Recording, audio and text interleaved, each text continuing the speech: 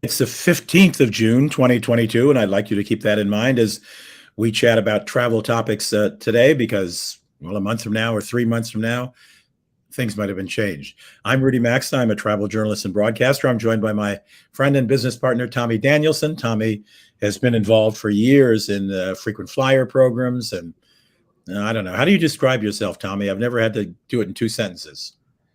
Uh, I like Okay, perfect. to look at myself as the janitor, the guy who stays behind the scenes and does things. Yeah, But yeah, all of yeah. these broadcasts we've been doing lately has been quite of an eye-opening thing because I usually am the one who makes things happen and don't like to be in the front and center. But that's kind of what it is. But I've been working, and it comes from traveling for business to 300,000 miles a year.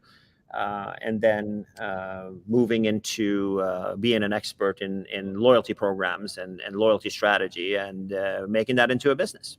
All right, try to get that down to two sentences for the next time we do this. But There we go. Or we can just not talk about it at all. well, uh, That's Tommy and I are cool. also co-owners of a small upscale European tour company. We take very small groups to great Right. places in Europe called Maxa Tours. You can find information at maxatours.com. So we are in business together, but we thought we'd do this. I have a head cold. I think I sound better than I did yesterday, but You do.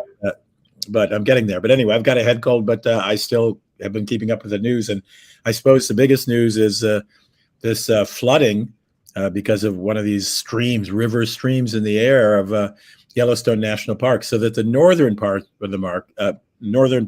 of the park will be, you won't be able to enter through Montana for the rest of the year, probably because so many bridges and roads are locked out. Now, the southern part, which of course is the most popular because you've got Old Faithful and Yellowstone Lake, etc., is closed till Sunday of this week, says Right. the National Park Service.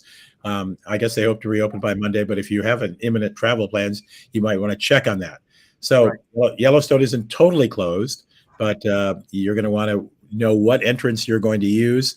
Make sure and just even leaving aside this weather catastrophe for part of the park, some national parks are requiring advance reservations to enter. I don't know which gate or if any at Yellowstone require that, but go online and check or call the National Park Service and find out. So there's my first story for today. Yeah, it's been an interesting weather situation in the last few years in California. I live, not that far, a couple of hours away from Yellowstone, and the weather has been up and down, I think is the best description, but and a lot of drought. And we had over 100 degrees last week, and then it was just 72 for the early part of this week. So It was 96 here in Minnesota yesterday, Tommy, and it's a Right. pleasant 75 now, but it's going to be 102 on Monday Right. in Minnesota.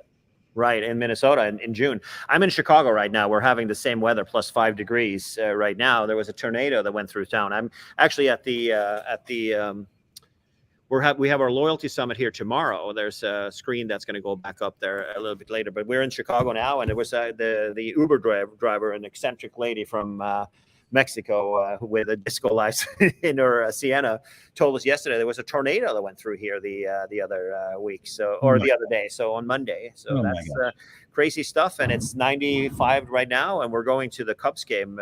We have 80 people going to the Cubs game this evening at 7. Hopefully it'll cool down a little bit, but I don't think so because when we landed, it was in the 90s still at 11:30 p.m. last night.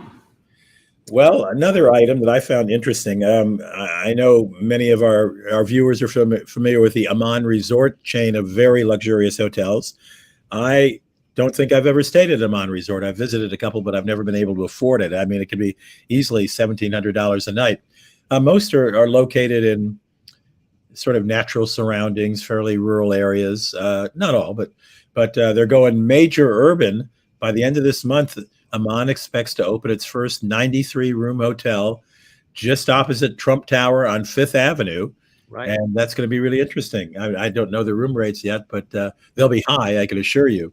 But they Right. shouldn't be as high as 1,700. But it's going to be all suites, so they're going to get a pretty penny for whatever they put up there.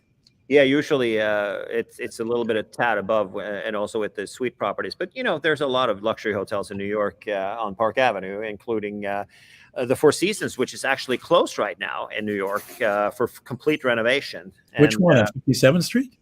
Yeah, the one that's close to the park is closed. I think Didn't know that. until November. I did not know that. Interesting. Yeah, so they've been closed for a while. It's been a lot of these full refurbishments going on where they close it down. Same thing here. I'm in where I'm Chicago right now.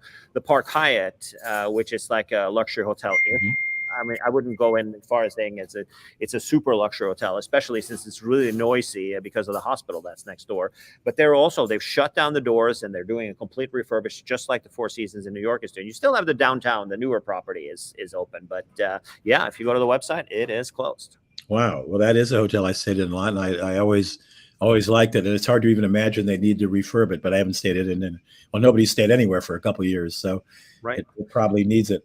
All right. I have one thing that, that I wanted to share is that Carnival Cruise Lines is back with it, and your friend Chris, who's the PR guy there, he is. I just noticed that there was a new ship that's coming out. They're finally being a little bit aggressive of rolling out new ship, and the new one it's called the Luminosa.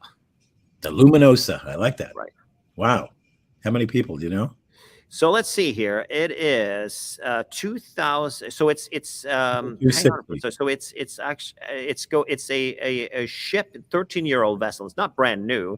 It's a Costa ship, which is a sister line of Carnival owns a lot of cruise line, and one of them is Costa Cruises, which is the one they ran into the island and ran into the ground. The captain wanted to wave to his neighbor or some girl, literally. And you are not exaggerating. If you right. didn't, a lot of people might not remember it, but it was in Italy, and the captain got too close to rocks, and because he wanted to wave to his family or somebody, and a disaster. And anyway, so this is remade. It says it's remade. It's a 13-year-old ship, and the Costa Luminosa is it holds 2,260 people, and it's going to be rebranded as a Spirit class ship. Is what is the same size as that. So for those who like Carnival, it's good to.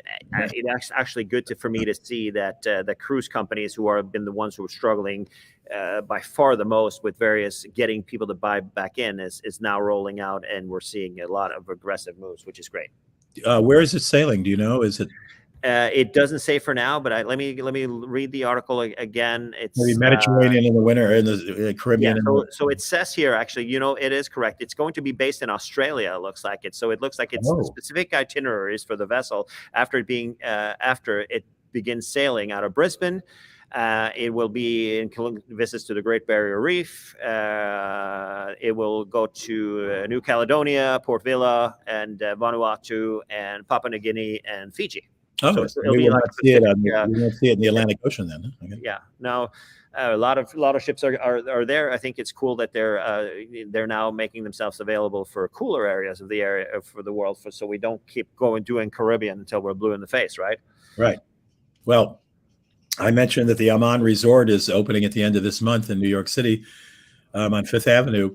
Another thing happening at the end of the month on June 30th is Spirit Airlines is going to announce whether it's going to stick with its original suitor, which is Frontier Airlines, or the suitor that came in a little later and offered about $500 million more dollars, which is JetBlue. JetBlue has been running media. I've gotten social media tags from JetBlue promoting itself as the appropriate bride for Spirit.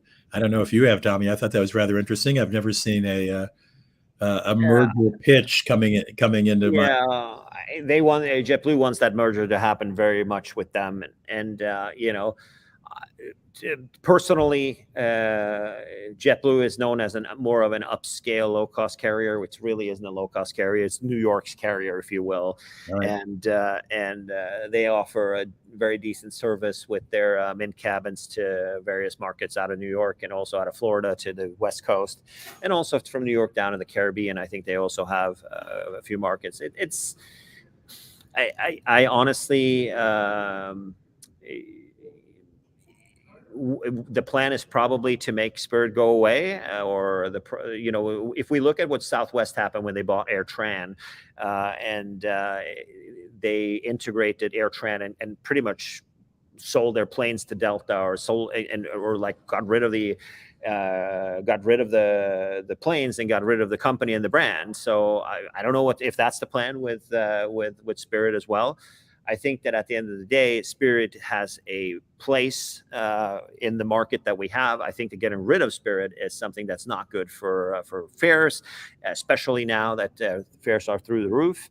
I think that Spirit is a great disruptor. I think Spirit is on time. They have a great on-time performance. They have the big front seat, which is a first-class seat with no service. You have to pay for all your stuff, but you pay very little money for comfort in the front. And Frontier is, they have one class of service and a little bit more legroom in some rows and that kind of stuff, but it's literally just a low-cost carrier type of approach. Well, I know Spirit has wanted to, really seems to favor Frontier, but apparently they've given both Frontier and JetBlue a look at all their books at the same time. Mm-hmm. JetBlue's offering more. JetBlue has offered a breakup fee of something over $300 million if it doesn't work out. So I have no opinion on which merger would be better. Do you? No, I don't have an opinion on that. I think we're done with airline mergers for America. It's like we are the most protected market in the world, or one of the most protected markets in the world. There's no competition here to speak of. We have monstrous airlines with billions of dollars of profits in since they've been restructured through Chapter 11 and making the before the pandemic and also after the pandemic, the profits are skyrocketing. With only kind of Southwest running an airline that is run in a sense that they are kind of been profitable and also has a clear concept. I think that airline mergers, it's enough with the airline mergers in America. We need competition. We need more carriers. We need more creativity. We don't need more mega companies to take away benefits and make air travel worse and less comfortable and less profitable and lots of, no consumer protection in America. If there's a delay, if you get treated like crap, there's no regulations like they have in Europe. So I say no to mergers. I'm not a big fan of mergers at all. We've had enough mergers.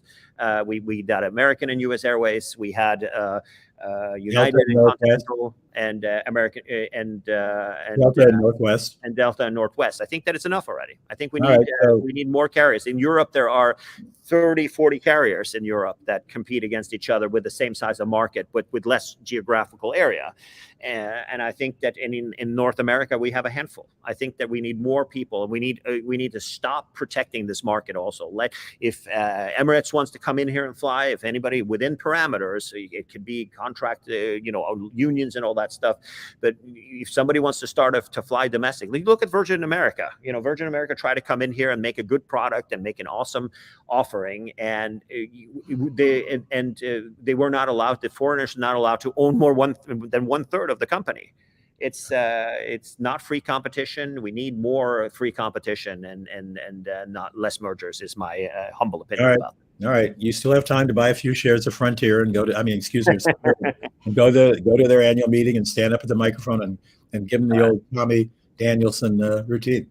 Right. I think that, we're going to have people here from all the airlines, or if not for most of the airlines here sitting in this room tomorrow. They're going to be sitting here right here and talking about loyalty programs and all that kind of stuff. So opinions are good, and many of them will be discussed here tomorrow. We're looking forward to that. Good. We'll have a great time, and I'll talk to you when we next talk.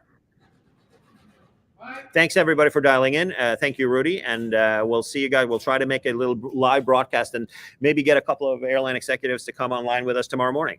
Perfect. All right. Talk to you later. Cheers. Thanks, Bye-bye. everybody.